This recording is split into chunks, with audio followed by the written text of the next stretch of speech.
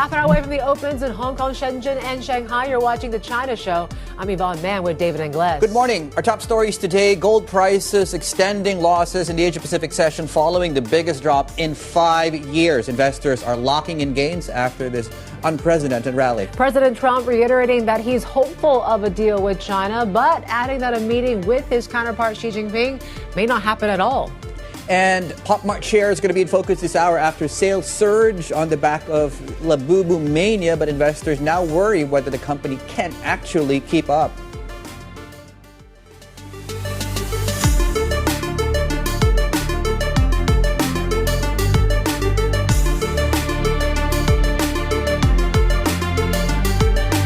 If you start to see a more sustained and less volatile sort of uptrend. So certainly that's one thing in question here today, given where futures are indicated. And we talked about the gold and silver stocks, sort of, the filter through from gold prices and that route that we continue to see here in the Asia session, right? 5 standard deviation move in the gold price That's overnight. wild. So of course we're watching Lapu Gold in the face of also they're doing a share placement as well. Chow Tai Fook watching Alibaba, given that pop we saw here, giving some news, local news reporting about AI and the like, and Pop Mart as well coming out with those sales numbers still looking pretty robust here as well. That A-share market rallies we're certainly watching out for in terms of sectors, sports, and vaccines are in focus. There has been a bit of an influenza outbreak as well in China that we're focusing on here today, and some earnings like China Unicom we're focusing on, that CGB rally as Dave mentioned here, and of course we are in the middle of the fourth plenum as well.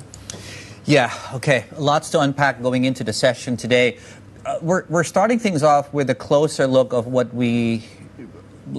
looks to be still, we're in the midst of this sell-off across the precious metal space. And joining us now is the Global Head of Commodities Research at Standard Chartered, Suki Cooper, joining us from New York. Suki, good morning from the Asia Pacific. It must have been an extremely busy Tuesday for you, so thank you so much for taking the time.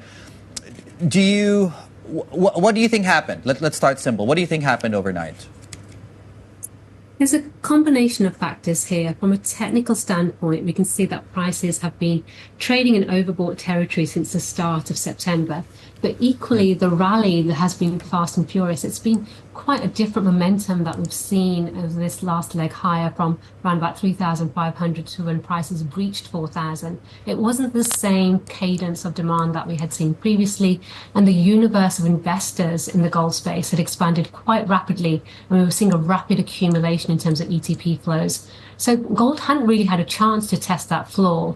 And then coupled with that technical overbought territory, we were ahead of the Diwali-related buying as well. And that was impacting both gold and silver. Now Diwali took place on Monday.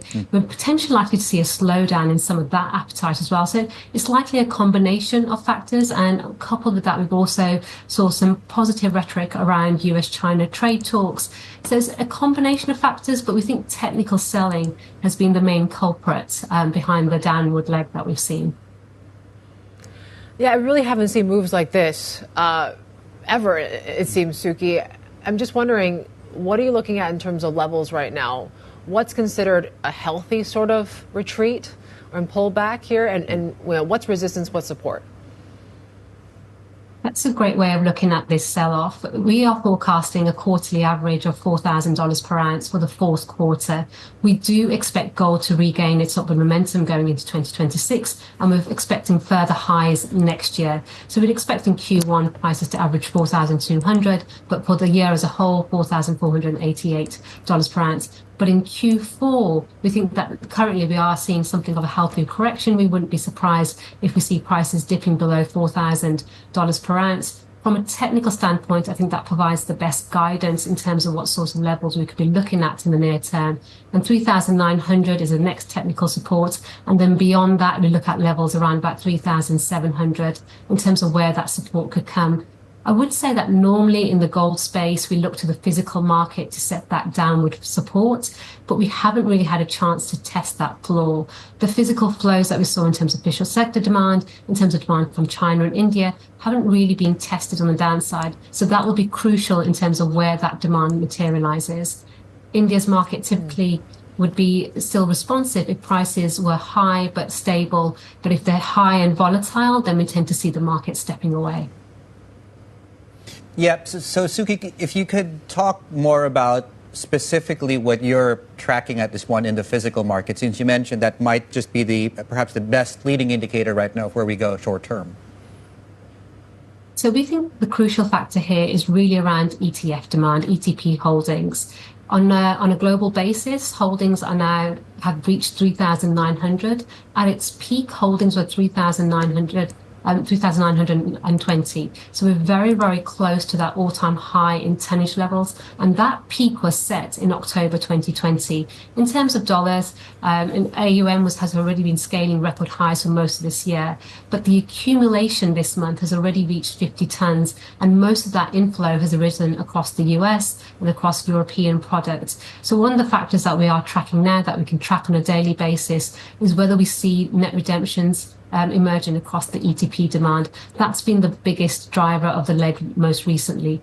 And we haven't had the tactical data in terms of the CFTC positioning given the US government shutdown, but we can see from the open interest data that the spikes have been accompanied with higher prices, and that suggests that we've seen short-term positioning scaling higher as well. So it's a combination of checking whether this investor demand that's been accumulated recently, whether these new market participants are much more resilient, whether they tend to be longer-term holders, or whether we're seeing much more nimble positioning and fragile positioning across the recent accumulation. So the biggest factor to track would be ETP flows, and then beyond that, we would be checking India's premium or discount, and then China's market as well, in terms of whether that continues to trade at a discount. Yeah, we mentioned ETFs, we mentioned physical demand.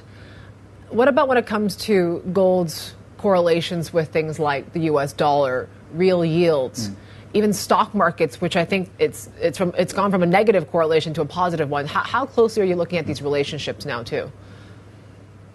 This has been a fantastic or a fascinating driver even over the past few years. We saw a lot of these traditional relationships breaking down since 2022 when official sector buying changed the dynamic of the market, and we saw that floor being raised on the back of physical demand. But we noticed in July that a lot of these relationships started to turn, and most importantly, gold's correlation with real yields started to become strong again and started to become relevant again. And that's also coincides when the market was starting to price in the scope for rate expectation cuts across the US. We're forecasting 2 more cuts for this year, and we think that those help to provide some upside momentum in the gold price, but we're expecting the Fed to remain on hold going into 2026. So we think that these key correlations are becoming important again.